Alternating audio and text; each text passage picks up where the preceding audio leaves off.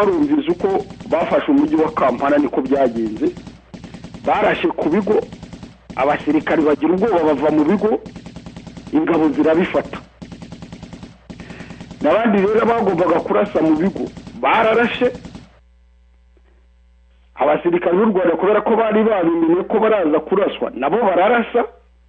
barasa abagombaga kuza gufata ibigo bagombaga kuba bavuye mu Mutara ntibaza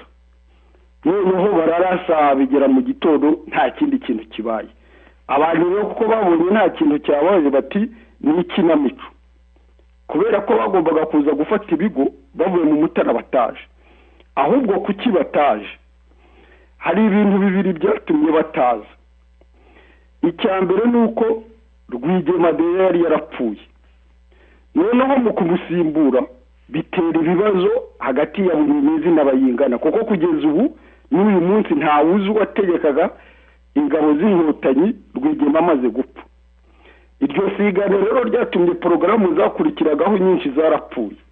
ibyo kujya mu mujyi wa Kigali birapfa biburiramo icyo ni kimwe icya kabiri cyatumye abasirikari b'inkotanyi badakurikira abarefare ngo bajye kurwanira mu mujyi Kigali ni ukubera ko imodoka zose zagombaga kubajyana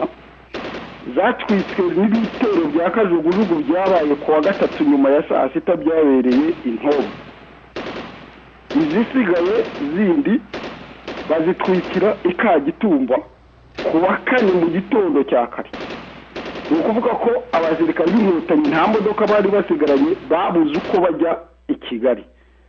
ngiki cyatumye bavuga ngo ni ikinamico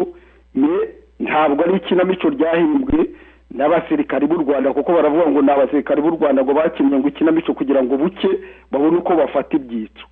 ntabwo ari byo kubera ko hari abo bantu baraye barasa ku bigo ni ukuvuga ko bwarakeye nta kindi cyari gukorwa bashyiraho abantu noneho bo gukora imikwabo kugira ngo barebe abantu baba bariyemfiriteye mu mujyi